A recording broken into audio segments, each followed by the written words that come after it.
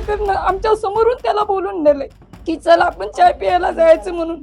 इतका चांगला मुलगा ते जाईना गेला तरी त्याला जबरदस्ती नेलं त्याला. तिच्या भावाला त्यांना माहिती झाली त्याची.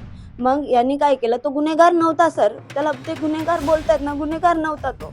यांनी त्याला, तिच्या बापाने, तो त्याचे वडील हे सगळे ऑलरेडी गुन्हेगार होते. त्यांनी याला फसवलं की हिच्यावर, लहान होती ही, अल्पवयीन मुलीवर रेप केला, काही केलं. आम्ही कोर्टात सगळं काही सादर करत होतो त्या टायमाला की मुलीशी घाणेरडा वागला, हे केला, हे करतो, तो जबरदस्ती करतो, घरात घुसतो, बायकावर अत्याचार करतो, गन दाखवतो, बंदुकी हत्यारं दाखवतो, असं बोलले त्याला.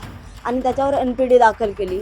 असे वेगवेगळे अनैतिक वेगवेगळे गुन्हे त्याच्यावर दाखल करून त्याला NPD करून हर्सुल जेलला टाकलं होतं. हे अटॅच केलं की आम्ही तुझं लग्न करून देऊ, आम्ही, तू चांगला, आमचा जावई म्हणून जयंतीमध्ये डान्स केला भावानी, तिच्या वडिलांनी त्याला खांद्यावर घेऊन नाचला, तो सगळं हो बोलले.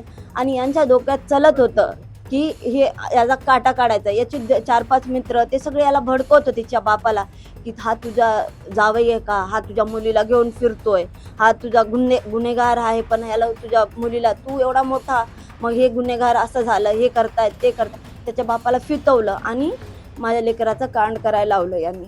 तशा गोष्टी इथं नांदेडमध्ये का कुठं बी या देशामध्ये होऊ नये. कारण अशा अनेक जातीचे मुलं एकमेकावर असे प्रेम जर करू लागले ना, अशा हत्या होऊ लागल्या, तर आमच्या लेकराचं कसं जगणं मुश्किल होईल, मुलीचं, मुलाचं.